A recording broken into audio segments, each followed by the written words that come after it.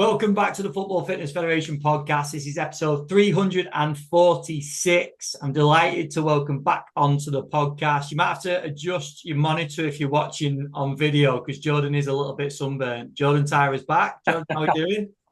I'm good, thank you. Yeah, the sun is finally shining. Yeah, long days in the field and off-season camps at the minute. So as much as the sun cream keeps getting applied, it's not enough, clearly. So yeah, a little bit toasty and a little bit red, but we're all good.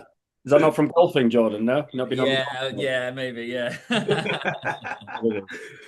I'm delighted to welcome back as well, fourth appearance on the podcast. I think that's right. Dr. Warren Bradley, how are we? I'm excellent. How are you doing, bud?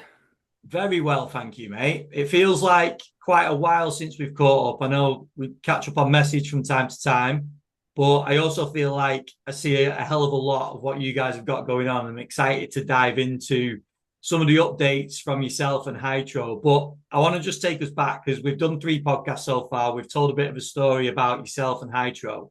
But for people that haven't listened, that don't know who you are, don't know about Hytro, which I'm sure there's not very many, give a little bit of background on yourself, mate, but also Hytro as well. Yeah, I mean, first of all, guys, appreciate having us back on or me back on. It's actually really cool as a diary for me because it's a stake in the sand every time we speak, and I can almost refer back to see what we've achieved since. That's really cool. But yeah, for those who don't know who Hytro is or who I am, I'm the founder of Hytro, Dr. Warren Bradley. I worked in professional sports for just over a decade in the Premier League, international rugby. Simultaneously did my PhD in exercise physiology, and essentially that all laddered up to me creating a blood flow restriction wearable business called Hytro. We now service 300 plus professional teams around the world. If we go back to podcast one, guys, I reckon it was probably about 20. So it's a much different beast at this point. Some of the best athletes in the world, Ronaldo, Messi, LeBron are all using the product. So it's a pretty interesting and fun journey that we've been on. But yeah, I'll throw it back over Ben and let's go. Let's get into the weeds. No, that's brilliant. You said about updates, some big updates. One of the updates which we don't discuss too often is space.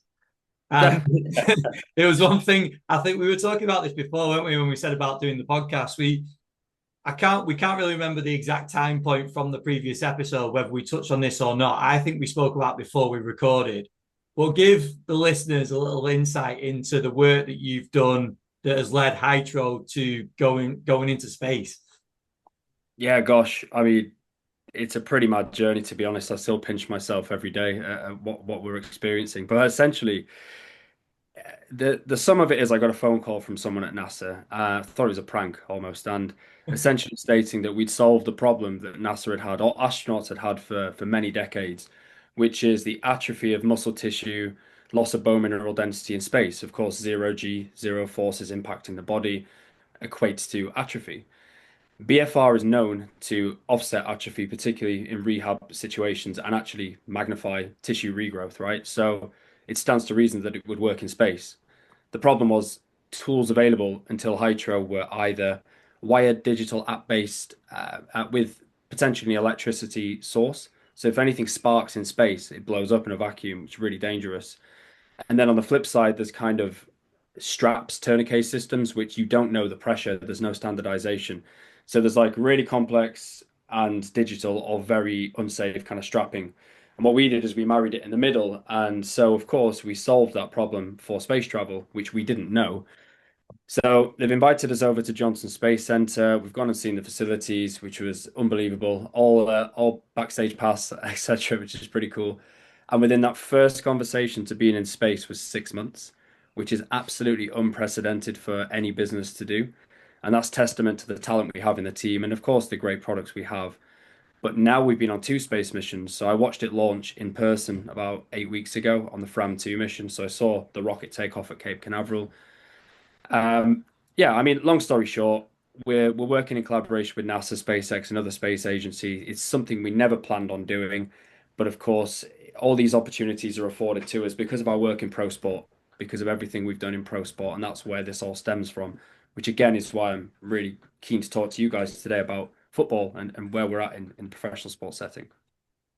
What can we learn? I know it's not a massive amount of time that you guys have been working together, but in that time, I'm sure you've had plenty of lessons and feedback on the astronauts using Hytro and obviously some of the rationales and reasons why they're using Hytro, like you've just mentioned. But what can we learn to apply to football? Yeah, I mean, the reason they're using it, as I said, is to offset that atrophy and bone mineral density losses.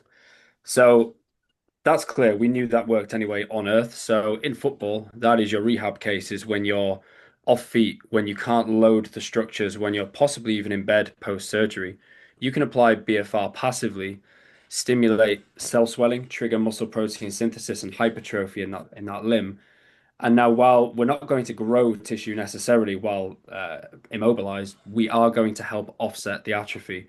So if you lose less tissue and lose less strength, it's going to be far easier to rehab that individual when they are loading the tissues. And that's precisely, essentially the same mechanism for astronauts in space. The other things they're using it for in space, which I'm not sure if there's transference, but they use it, well, definitely not for space sickness, because blood flows to the head, it goes behind the brain and the eyes because there's no gravity, and that's quite dangerous. You can actually die from that. So our product actually pulls blood back down to the lower extremities, which helps save astronauts' lives. Yeah, I mean, there's no transference there to footballers unless they go to space. Maybe they'll do a Katy Perry on Who it. knows, mate? Who knows the future? Yeah. The World Club Cup could be in space in a few years' time. Who knows? Hey, who knows? Who knows? At least we validated the product for space travel. They can use Hytro. Perfect. Class. I was gonna take a bit of a reroute in a second because our WhatsApp group today has been there's been plenty of messages coming in, and I know you've jumped on a couple of the comments, Warren, as well, around jet lag, and it's something that we've just spoken Mm. about for yourself as well, because I know you've been traveling quite a bit. I just thought Yep. it'd be good to put it in here now because it's obviously something that a few of our community members are experiencing with their players and traveling a lot. But you personally are doing a lot of travel now with the company. What can we Yep. learn in terms of the use of Hytro for jet lag to aid jet lag? Yeah, it's a really good question, and there's a few threads to pull on here. Um, so we've been promoting the use of BFR for jet lag strategies for a number of years, but my travel has only recently ramped up the past 18 months, I'd say. So first-hand experience has now come to the fore, and I'm really seeing a difference when I do and I don't do the BFR while traveling. So ways you can do it are during a long haul flight. So say it's over, 5, 6 hours, you often get accumulation of lymph in the tissue. So your ankles, your feet will swell up. That is because you're sat in a stationary position around 90-degree knee bend ish for a long period of time. So the blood flow is kind of almost restricted in itself. And you get this kind of lymphatic buildup. If you do BFR, even while seated, you're going to cause additional swelling of those tissues from the blood, which is getting pumped into the limbs but restricted return back to the body. So you get this net pooling. When you flush and release, it's going to cause a dramatic removal of blood and flush, and it's going to help remove lymph. So we're basically kickstarting the system, getting the pipes moving while we're in the air. So we actually offset the negatives or help to mitigate the negatives of that buildup of fluids. So I personally do it every 3 hours because what I've noticed personally again is I feel that build up after about 3 hours. And then when I do the flush, it removes it. I can put my shoes back on and everything. So I can actually see viscerally the difference or feel viscerally the difference when I put on my shoes to go to the toilet or whatever. I mean, that's during flights, and we have a lot of athletes and teams around the world now deploying this methodology. I mean, a lot of MLS teams, Premier League teams, even a lot of NFL and a lot of college teams, because they do a lot of travel around the country. So NCAA collegiate teams. There's a lot that swear by the Hytro product now because they wear them during the flights. But equally and potentially even more important is when you land. So whether that's you're then jumping on a bus, you're going to a hotel, whatever it might be, then there is an opportunity to clear the metabolic waste that's built up in your tissues through that flight and potentially still lymph using BFR. So again, creating swelling in the tissue, releasing the strap and flushing that through the system and removing waste and excreting it. So that's something that's deployed typically kind of in hotels when we're traveling to those away games. A lot of Formula One drivers do this, for example, as well. Yuki Tsunoda's currently doing it. Max Verstappen did it a couple of years ago. And what we're trying to do as well, simultaneous to this anecdotal evidence, is prove this objectively. So we've actually just spent a week in Boston at Whoop in Whoop Labs, and we're one of the only businesses to ever go behind the doors of Whoop Labs and do research with them. We were invited in, and what this was to look at was the impact of BFR on HRV kinetics. So there's some evidence that BFR improves HRV kinetics, right? Which then ladders up to recovery. It ladders up to improved sleep. Now we're making a correlation here. We need to objectively defend this, but we're doing that research right now and crunching the numbers. So if we can prove that BFR can enhance HRV kinetics, we all of a sudden have a methodology to flush or remove waste, increase muscle protein synthesis to help with recovery. At the same time, we're going to get the improvement or hopefully the beneficial impact on HRV kinetics. So, taking all of this together, it's an exciting and emerging area. We're seeing a lot of anecdotal positive evidence, but we're currently capturing the objective data to prove it. But you will feel better. So, go away and do it for sure.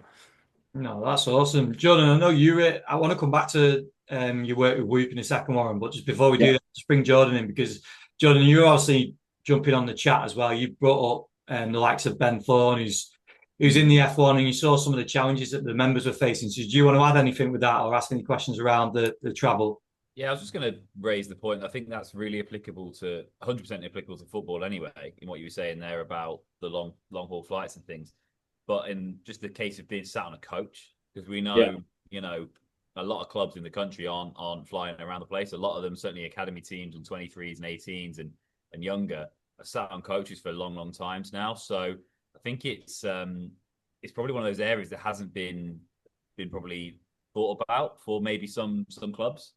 And we all know the challenges as well, that when you're getting to the other side and when you're getting off the coach after a 4 or 5 hour journey, if you're going certainly down here on the south coast all the way up north and you're playing in Manchester or wherever it is, we all know those challenges that the players are facing when they're stiff as a board, they're not feeling good. So it's probably a little call to some clubs just to say, actually, have you considered BFR for those away day travels as well?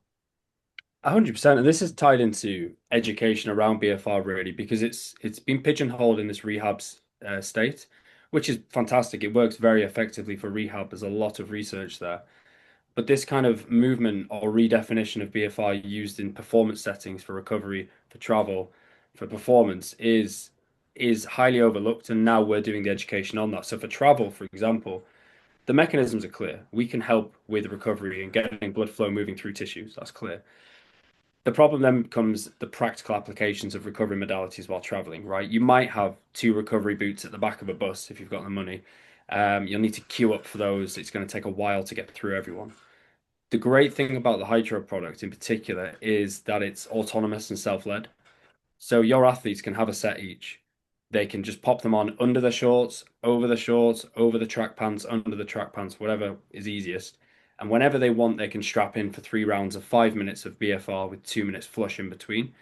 And that can be administered at any point during that journey. It can be self-led, as opposed to, as I said, waiting round or having to plug into a wall for a machine or I know that just it removes the logistical barriers and it provides an ecologically valid way to actually kickstart some recovery in those athletes.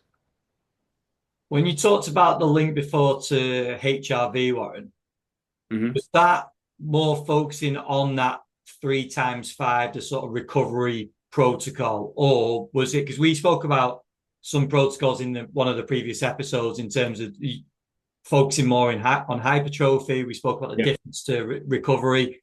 Is that just using any sort of protocol of HRV, or is that more the recovery and the flush that you've just spoke about?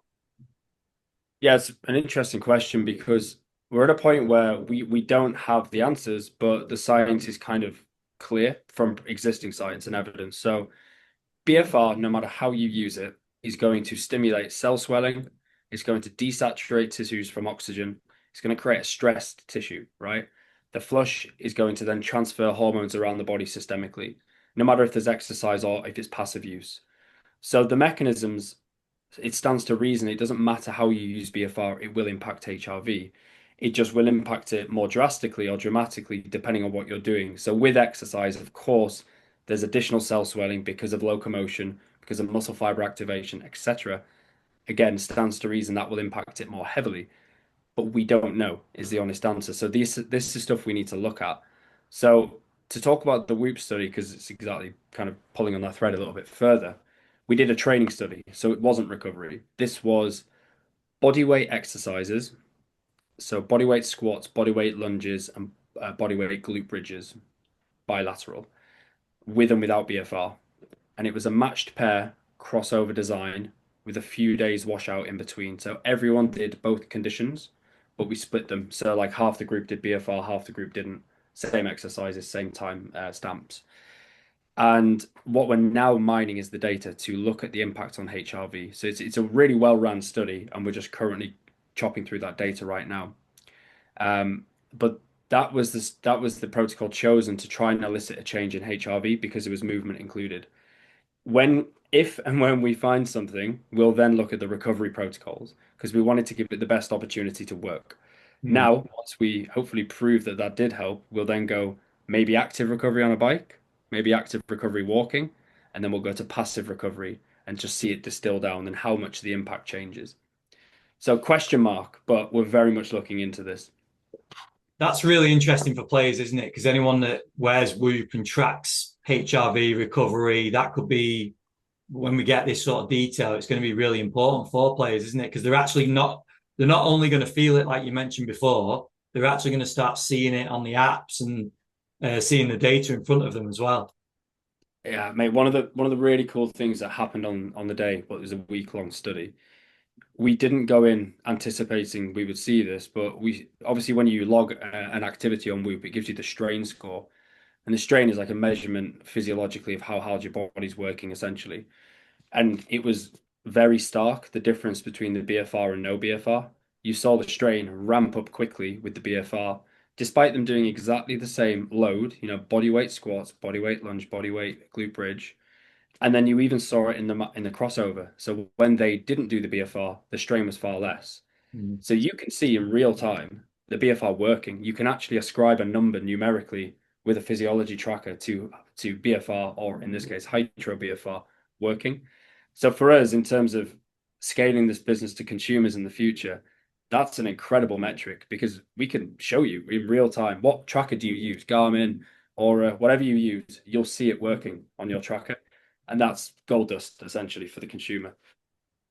Again, John, I'll bring you in here because you're working with a lot of players now in the off season. Are you seeing more of that in terms of using your Whoops, your auras, and these trackers for players?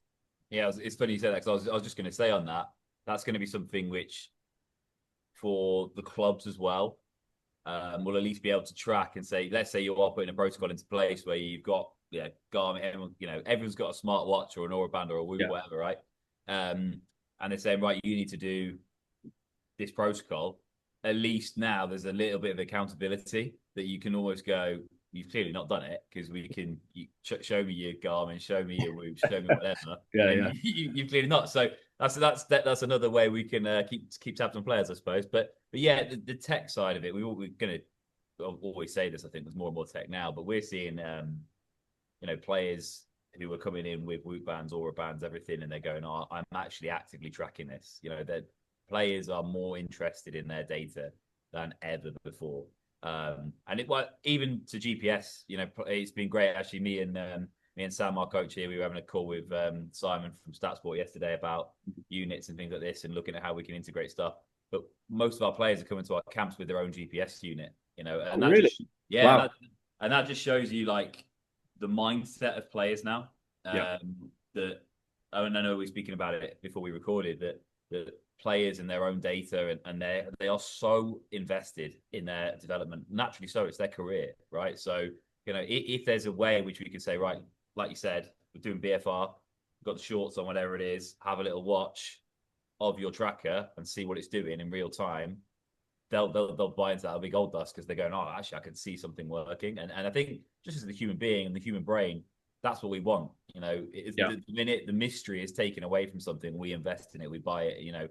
That's why we all like our heart rate trackers because you go, oh, look, my resting heart rate's lower because I've been doing runs recently. So I think that's going to be really, really valuable. And like I said, for clubs and the players in itself, so you'll be able to track it. And I just think it's going to be valuable tech. So yeah, credit to that study. That's going to be really interesting to see that when that comes out. Yeah, thank you, man. I think it's really important also to highlight that as a business, we're in the business of simplifying the complex and not adding complexity for no reason. So, for example, we've been asked many times by investors, we've been asked by investors, are we going to add an app or are we going to add some kind of tech enablement? Because that's where everything's going, AI, etc.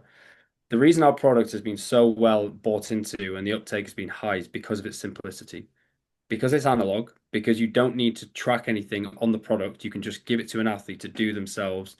It saves a lot of time for the coach and the athlete. However, we realize the value in data, as you've just said, but we don't want that paralysis by analysis situation. So, what we have been working hard to do is partner and collaborate with people who can validate our tech and something you're already wearing. So, once we get the calculations, the algorithms in place that can state, whatever physiology tracker you're wearing, it will have an API that tracks our product. So it might even just be an NFC chip that we put in, for example, in the future. But we're really, really cautious of not adding another app because another app is not always a good thing. It's just another thing on your phone that sits there in the background. We want you to use your current app. You love Whoop, cool. Use that app to track what you're doing with Hytro. You love Garmin, cool. Use that app. Teamworks, we're starting to look at some collaborations with them. I know they're big around the globe. Brilliant. Track using BFR on that platform. It spits out data to say this group of athletes have, done this much high speed running. They need more recovery. Recommend Hytro. Go do some recovery BFR. Here's the protocol. We need to integrate in other people's platforms to make it seamless for people using data at the moment instead of us providing another app, right? I mean, what do you think on that, actually? That's our position. I like What do that. you think? Yeah, I think that's a really good point because yeah, you hit the nail on the head. We've got so many apps now, like and from an individual working with an individual or from a squad, setting and a team setting and in a club, you finish your sessions and you're downloading GPS via this software. You might be going on Team Builder, like Teamworks, whatever it might be, on this software. You're on the Valve software for before you actually know it, you've probably gone across 5 or 6, maybe even more different softwares across the day. And if they're not talking up, it doesn't really help. And that's why, there's so many of these companies now which are trying to do it all in one, which is amazing. But I think that's a smart. Personally, I would prefer it if everything was in one place.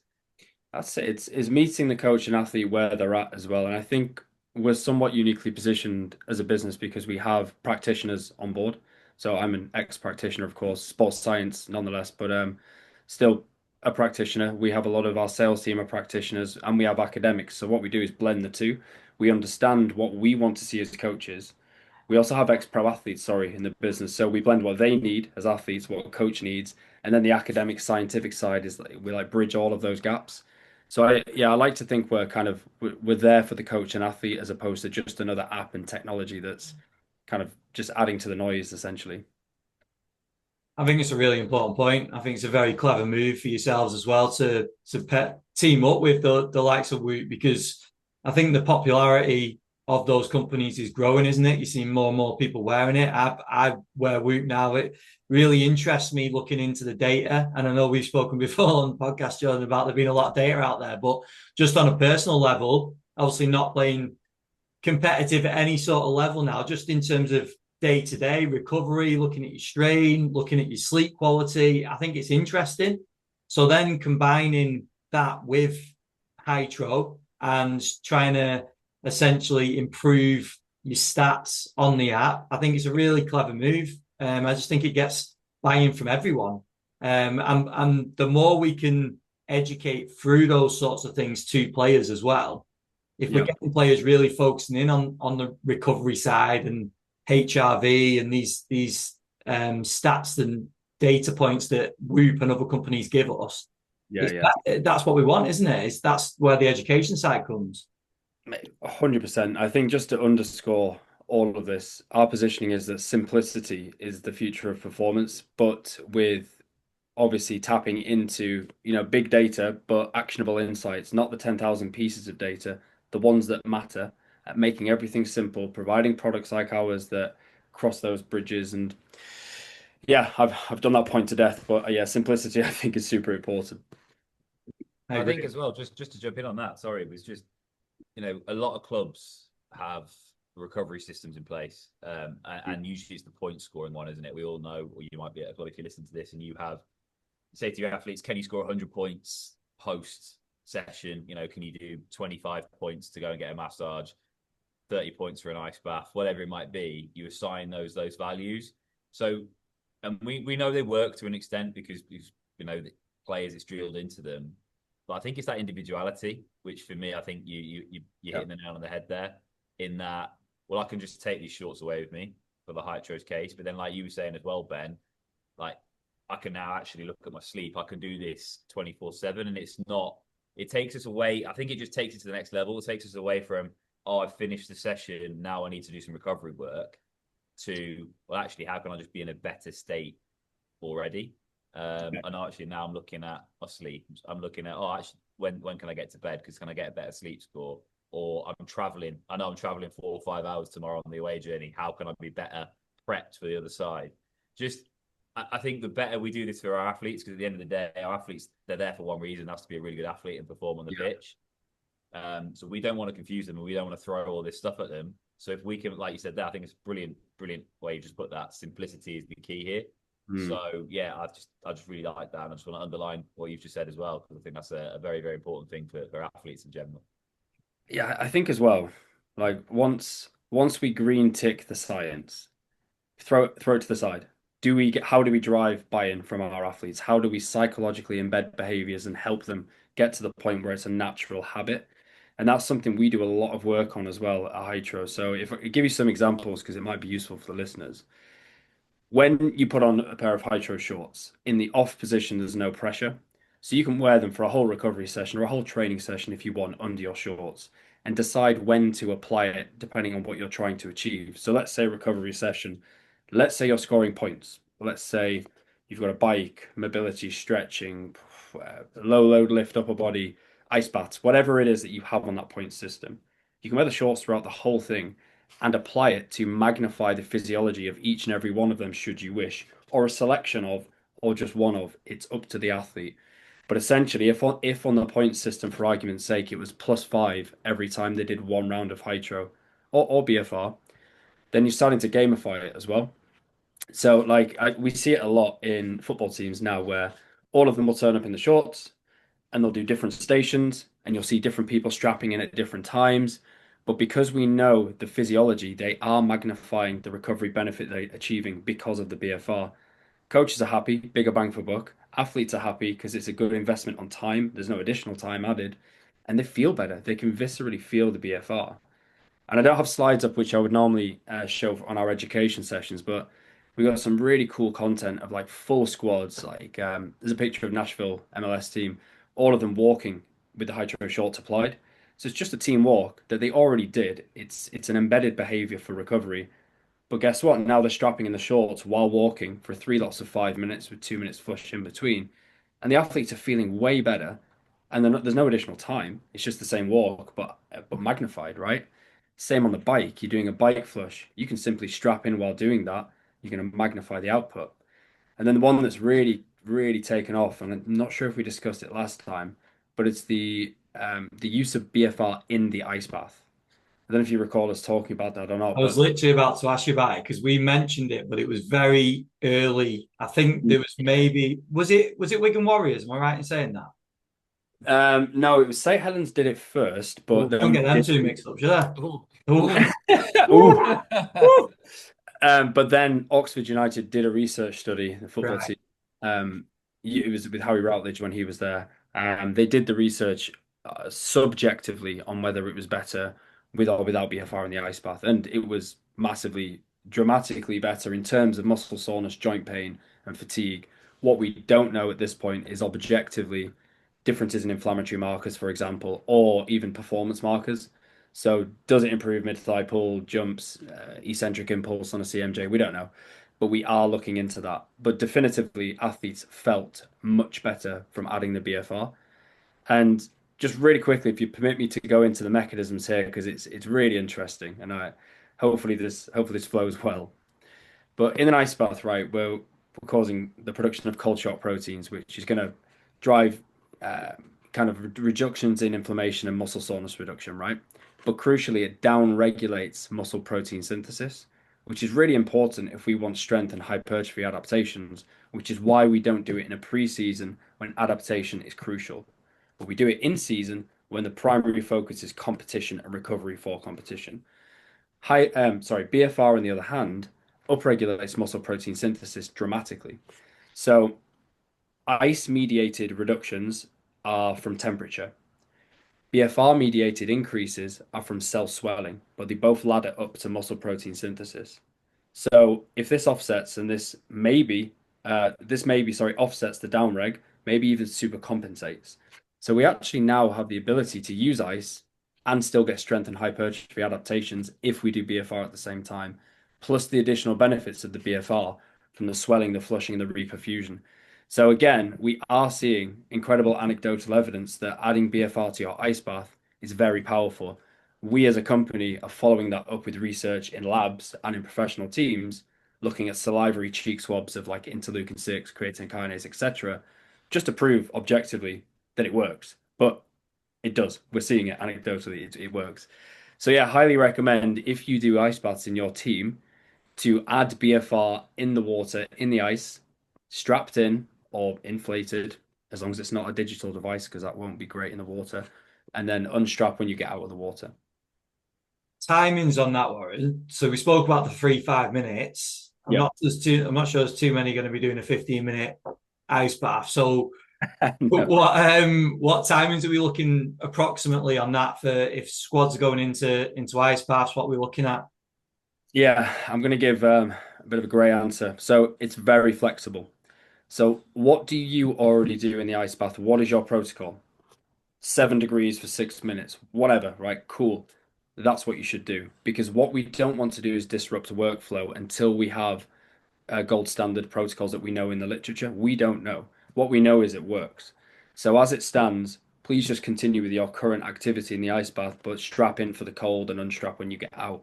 You might even do doses. Some teams do like 3 on, 1 off, 3 on. So they'll jump out for a minute and jump back in. Cool. Strap in for the time you're in the ice, unstrap in between, jump back in, strap back in. Now, this is an important point actually of bridging science and practice and simplifying protocols.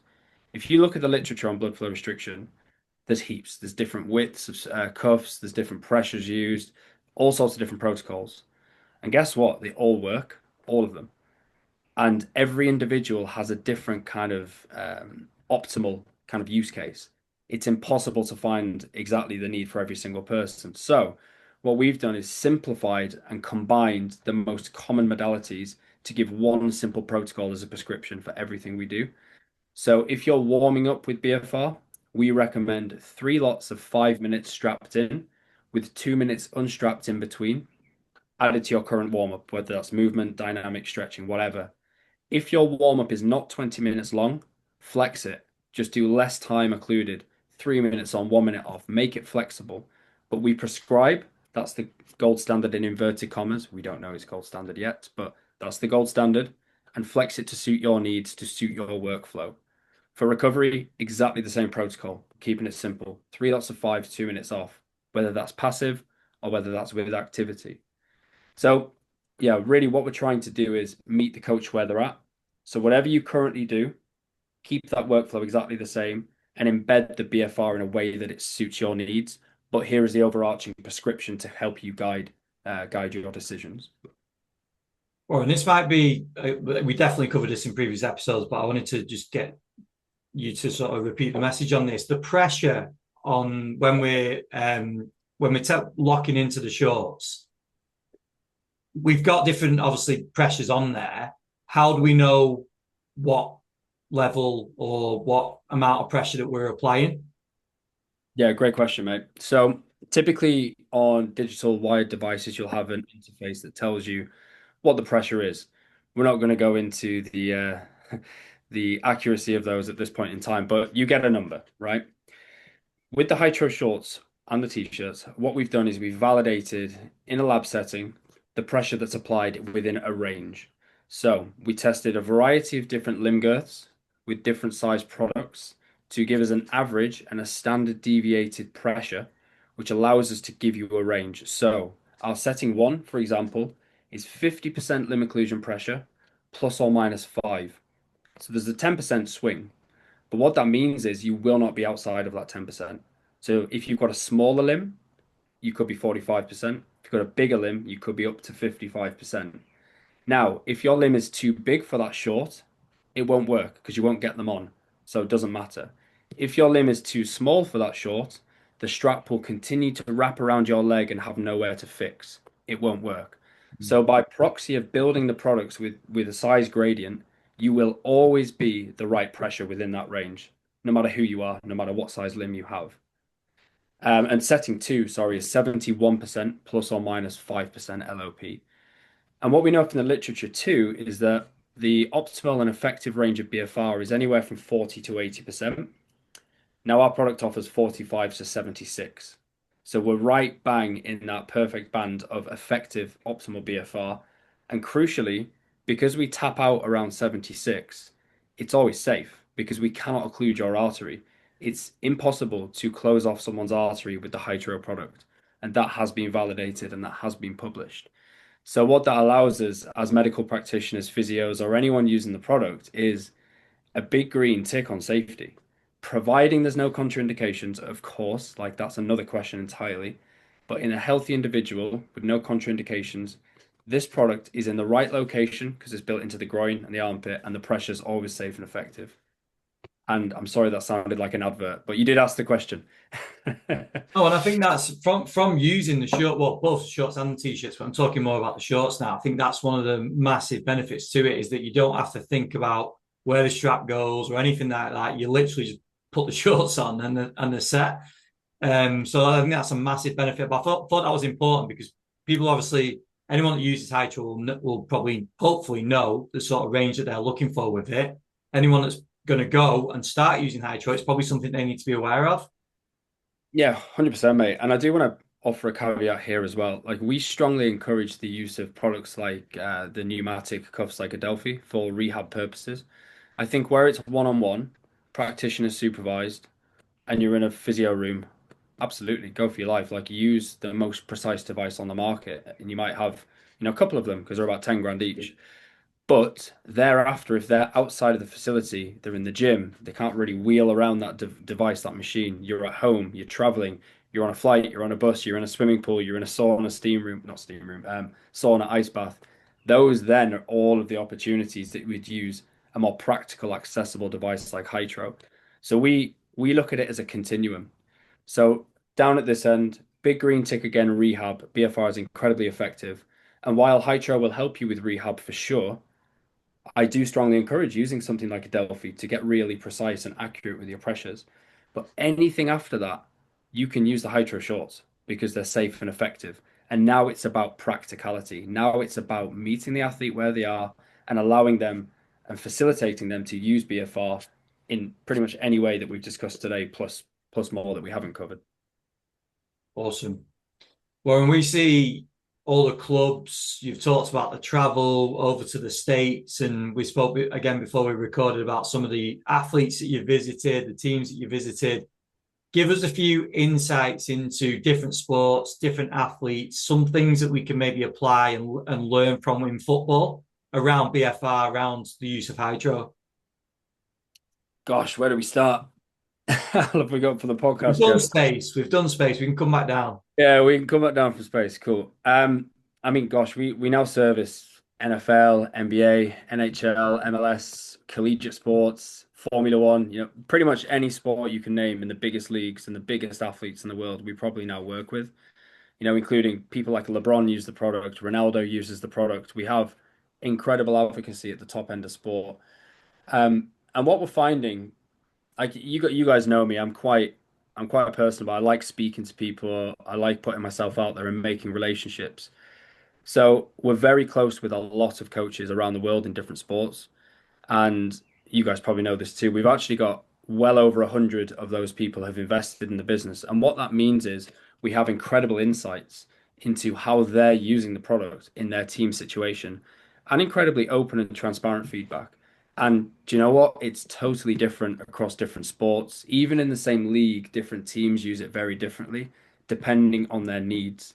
So there's these blanket approaches where most people use it for recovery, for travel, because that's a common challenge in sports across all sports. People use it commonly in ice baths across most sports, for example. But then you get some real niche use cases like overhead athletes, right? So we work a lot with quarterbacks and pitchers, quarterbacks in American football and pitchers in baseball. But the translation of that into sports like badminton and tennis and things like that, the learnings we've had have translated really well. So arm care, shoulder care, using BFR prior to a session while doing resisted banded work or like kettlebell movements, etc., to find that arm swing, that arm slot for pitching or for throwing a football, American football. It's super, super important. And then we transfer that to other sports. In terms of, I guess, football specific, gosh, well, football is a sport of many different facets, right? The strength, you need hypertrophy, you need size, strength, you need speed, you need endurance. I think one of the biggest findings at the moment from cycling actually is the fatigue resistance we're seeing in athletes, and I think that has massive carryover into footballers. So we're seeing that if you use BFR prior to an endurance event, we can actually magnify or improve your time to exhaustion. We can improve your power output at latter parts of that race. And we tested it in rugby. We did it in Gloucester Rugby. We did a research study where we used BFR for a warm up versus no BFR. Again, match pair crossover design with a washout between. And they did a sled push. So they pushed a sled with 60 kilos on over 22 meters, 10 times on the minute every minute. So once every minute on the minute. And they found that after 6 reps, there was no difference between the two groups. But after rep 6, so 7, 8, 9, and 10, there was a significant drop off and difference between the groups. The BFR group continued to perform very, very well, and the no BFR group started to slip off. And bear in mind, they were their own controls with a washout between. And what we believe is happening is some fatigue resistance. And we think it's happening through a few mechanisms. One is BFR enhances warmth of tissues more effectively, therefore greater range of motion and performance of the tissue. Two, because of the analgesia, the pain relief, you get an improved or a lower RPE, sorry, for the same given workload. So it feels easier, even though you're pushing the same. Therefore, you may be able to push harder for longer. But number three, and I think the most pertinent, that's a hypothesis at present, but I think it's a strong one, is we're improving phosphocreatine recycling or reshuttling. So I think it has to do with substrate availability because BFR has been shown in recent years to enhance nutrient uptake and Krebs cycle and things like that. So if that's true, and we're doing more research to validate this, that carryover is incredible. And that is footballers. That is, we're 70 minutes into a game, you've got to make a run down the wing and you're knackered. Well, you can find that extra and tap into that extra energy because your phosphocreatine system's kicking in a bit more efficiently because you've done BFR in the warm up or at half time, right? So, yeah, we're finding unique use cases all over the world from different sports. And we're in this kind of period where we're trying to kind of correlate all of that data, pull together white papers, and go back to football teams and say, look, this is how you can implement it in your sport, and this is why, and here's the white paper, and here's what we did in these sports. Um, Gosh, that was long-winded, sorry, but yeah, there's a lot we're learning from different sports essentially. I think that's a really interesting point, though, because we bang on a lot, especially in recent episodes, about fixtures, the amount that players are playing. So obviously that comes with fatigue.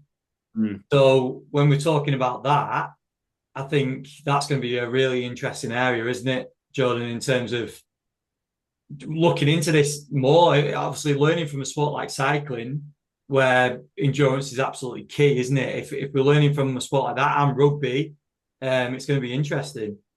Very much so. And weirdly, sorry, we're just putting out a clip soon because we've been reviewing over the conference and some of the roundtables and all the talks and stuff.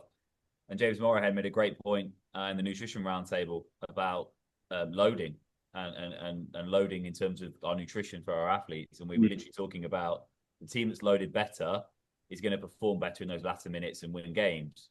You combine what he's saying with what you're saying there in terms of fatigue resistance, and all of a sudden, like as a performance department, you should be going, this could actually achieve X amount of points extra per season if we get this right. So yeah, just in terms of like you go bigger picture in terms of the way sports science is evolving and stuff, like this is really exciting stuff, and it's pretty cool.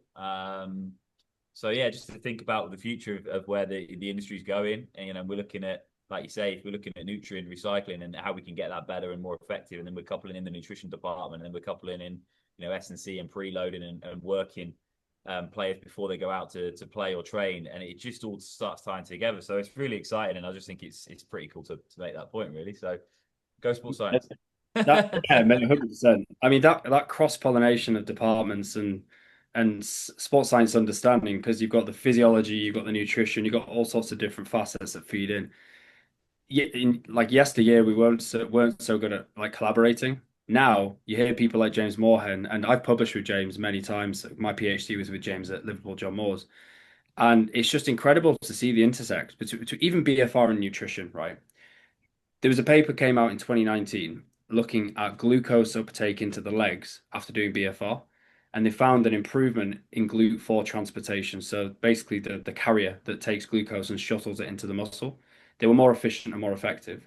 So, pulling on that thread, if you have a recovery shake that has carbohydrates in, and of course proteins, etc., and then you do BFR, and we've essentially turned that muscle into a porous sponge and said when it's occluded, we're swelling it, we're turning it into a bit more of a receptacle. When you unstrap, flush fresh blood in that's got glucose in, and GLUT4 is enhanced, we're going to drive more into the tissues. So we're now starting to look at this cross-pollination and intersect between different principles, and like it's always been physically active. We just didn't know about it, right? And now we're researching it and we're seeing the output. Again, yeah, the stuff that James has done, it's incredible. I love seeing the stuff he's putting out, but we need to collaborate more on the cross section between these physiological processes, right? If I may just on that point, sorry, final point. We've seen huge buy-in from athletes combining nutrition with BFR because it's such an easy behavior anchor. So if you already have a recovery shake post-game, which is pretty common for athletes, if you then do BFR, which now a lot of athletes are doing, and you ask that athlete, how did you feel when you deflated or unstrapped? They'll say something like, I felt a hot cold sensation, or I felt like a relieving sensation as the blood flushed through. You as a coach can then say, what you just experienced was your recovery shake being driven into your tissues. That's what you felt. You then anchor that behavior psychologically so that every time that athlete has a recovery shake, they're thinking, well, hang on a second, I should probably do that BFR thing because it definitely helped because I felt it working. And it's called habit stacking, right? And as coaches, we need to find those nuggets that where we can drive buy-in. And I'm telling you, the amount of light bulbs I've seen go off in athletes' eyes when they feel that happen and we connect it to the recovery shake, it's incredible. Had we not connected it for them, they're experiencing two different things and not connecting the dots. The second you connect that, it wires like a neural pathway to say recovery shake plus BFR, bang, every time I have a recovery shake. So yeah, just an anecdote there about ways we're driving buy-in with athletes. I think to jump on that point, and again to bring James up because some of his insights into what he was doing, especially now in rugby, I think a lot of people took a lot from that they're applying. I certainly did. And you just talked about habit stacking there, Warren. One of the things that James spoke about was the recovery shake, and actually not just putting protein powder, creatine, or whatever it's going to be out for players, but actually making the shake, putting it in their place, maybe with their name on it, because then they go and actually are more likely to have it. But if we learn from that is a habit of a player to come in, grab the shake with the name on, maybe that's when they sit down in the changing room. Maybe that's where we think about using Hytro, having the shorts next to it, and making it simple for players. Because I think it's a really important point. That was a big point, Jordan, what he made was around this simplicity and essentially treating players like kids and trying to make it as simple as possible. So I think just adding that in terms of this habit stacking, where the shorts are, it's fine players having the shorts, but are we making it really accessible that they come in and they're there in front of them? Because it's got to be as obvious as possible, hasn't it, to get them using it. And just to add on to that, if you've got a large group of players using it, you could be the timer. You could be the one in the change room saying, right, the 5 minutes is starting now, let's strap in, do whatever they've got to do. Your 5 minutes is up and actually lead on it if you've got a few players around you using the shots at the same time. Yeah. And if we've got players as well, like I said, post game, you know what it's like. Yeah, the staff are here, there, and everywhere trying to tidy up. Say it's an away game as well. You're trying to find everything, get it ready, get it stacked away, get it, tidied away, back in the big grey or silver, trolleys and all that sort of stuff.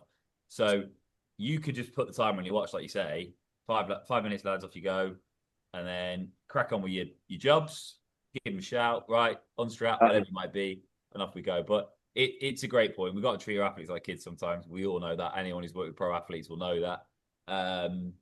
But I think the habit stacking is going to definitely be the term that we all go away with now. And I think everyone's going to rush back to the clubs and go, right, how can I stack as many habits as possible? But it makes sense because it just simplicity, isn't it? It comes back to that word. It makes everything a bit more simple. Efficiencies.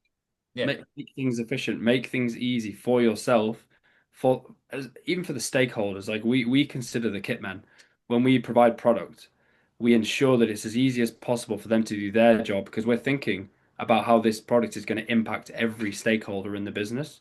So it's got to be easy for the athlete to use, but how do the athletes find out? Well, we furnish the coach with the information, give them the protocols in a PDF format or in a poster format or whatever they need so that their job's easier.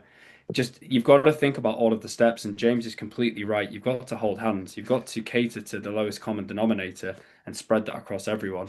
And that is putting it on their peg, maybe even a squad number on the shorts so that the kit man knows where to put it. It's easy. And it's just there. It's just ready, accessible. There's lower barrier to entry, right? It's as simple as that.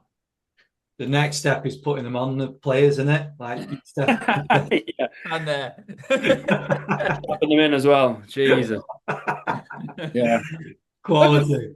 Thing is, right, it's not for everyone either. Not like an ice bath, it's not for everyone, and not everyone wants the same recovery shake. You've got to give them a bit of autonomy as well. And we understand Hytro is not for everyone, but what I have seen from my experience in sports, and this may come across biased, but the buy-in has been incredible. From some of the methodologies I deployed as a sports scientist, where there was good buy-in, we've had over 90% strike rates in teams. The athletes love it because I think they can feel it.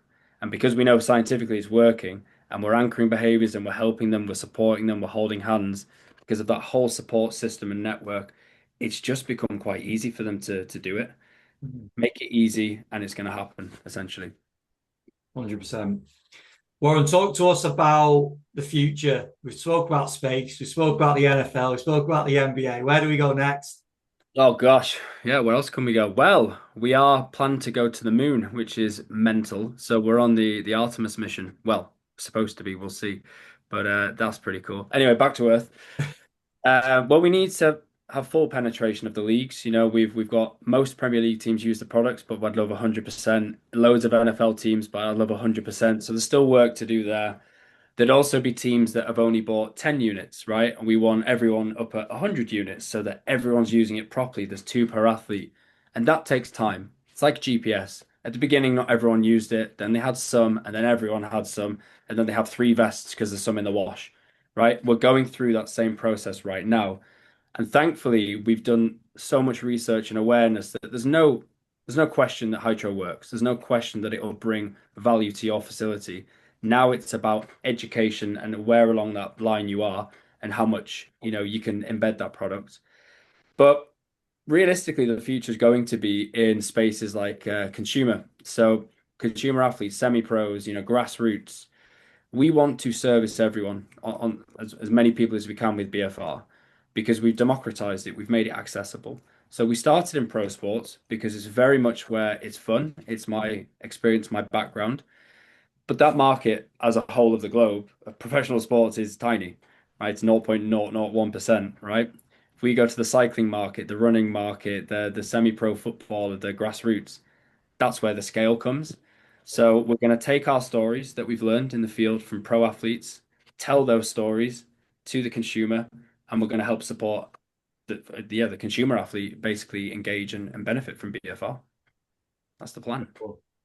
I've just got to say while you're on, like it's been super impressive seeing the journey that you guys have taken so far, especially from when we first spoke and that first episode that we did, but just keeping tabs on where you guys have been, the work that you've done, but the growth of the company as well. It's seriously impressive. And it's great to hear that's the next step and scaling up again. So no, I've got to say a massive congratulations for everything that you and all the team have done so far and keep up the great work as well. And mate, I really do appreciate that, honestly. And it's because of people like you guys and coaches in the industry that have backed us that this has happened. This did not happen without you guys, and it's testament to the relationships that we can build in this industry, and it's stuff that you're doing with Football Fitness Federation, right? It's these types of networks that spread good stuff. We weed out the snake oil. We we hypothesize together, we strike things down if they don't make sense, and we lift things up that do. So yeah, thank you. Mate, the important bit, if people want to get in touch with you, Yep. give us a bit of information on what the process of them getting in touch, what's available to clubs at coaches, maybe, sorry, coaches at clubs even, or Yeah. people not at clubs as well, like what's available to them. Yeah.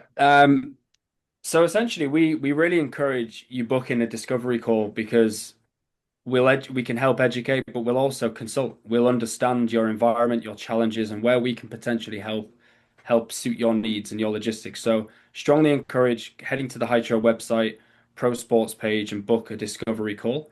That'll take you through to one of our incredible sales teams, and I will be available as a scientific help on those calls as well. I'd also encourage you to have a look on LinkedIn and Instagram at my own page and the Hytro page. So my own is just Dr. Warren Bradley on LinkedIn. Hytro is just Hytro. And on Instagram, I'm at Warren Hytro. And again, Hytro is just Hytro. Said a lot of Hytros there. But you can follow the journey. You can see our space missions, the teams we work with. You'll get some nuggets of wisdom that you won't find elsewhere. And please DM me if you want to have a chat. I'm always open to have a chat if I'm in the country. Awesome. Well, I massively appreciate you coming back on, mate. Like I just said, it's great to see the progress. And yeah, we'll schedule the next episode in as well. I'm sure there'll be plenty of updates to come, so we'll get that one in the diary. Sure will, mate. I appreciate you guys. Thank you.